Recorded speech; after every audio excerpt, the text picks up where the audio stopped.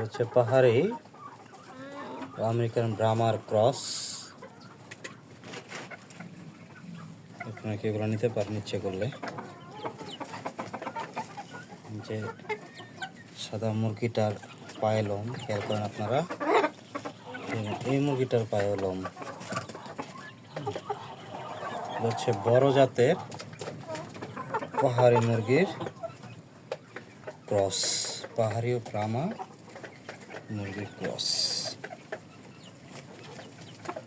আমি প্যারেন্টস স্টকের জন্য তৈরি করেছিলাম, এখানে আমি এগুলো সেল করে দিব। চাইলে এগুলো নিজেদের সংগ্রহে রাখতে পারেন।